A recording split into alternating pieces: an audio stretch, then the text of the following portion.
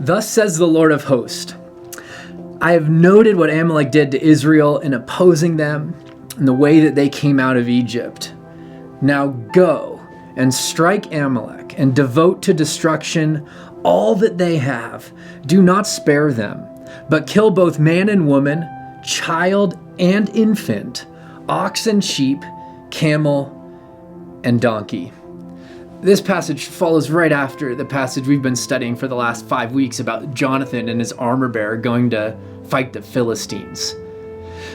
But this whole idea of God commanding the nation of Israel to go and to kill an opposing army, but not to just kill the army, to kill children and infants and women, people who were innocent.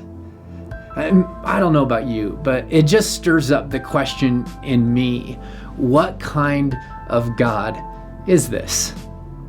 And then we flip over to the New Testament and we read the words of Jesus, where he says, you've heard it said, you shall love your neighbor and hate your enemy, which the Israelites seemingly did.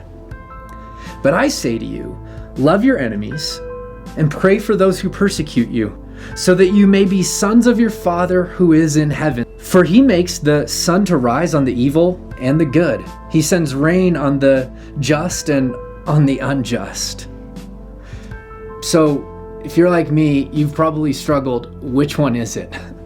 Does God kill his enemies, or does God die for his enemies? Does God look like the one who commands, go kill the women, the children, and the babies? Or does God look like the one who spreads out his arms and dies for people by giving his own life?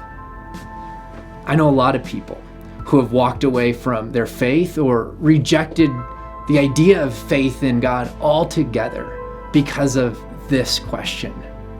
The church has typically wrestled with it in two ways. Either they've said, yeah, God did command it in the Old Testament and he commanded it because it's what he wanted. But if we do that, we have a really low view of Jesus. And the scriptures say that God is like Jesus. But if, like some other people, we say, well, God couldn't have said that. It was what Israel heard, but it wasn't what God said. If we go there, we have a really low view of the Bible. Well, I'm going to do my best on Sunday to present a third way. If you've ever wrestled with this question or know people who have, we would love to invite you to come and wrestle with us as a community of faith as we seek to follow after our good God. We'll see you Sunday.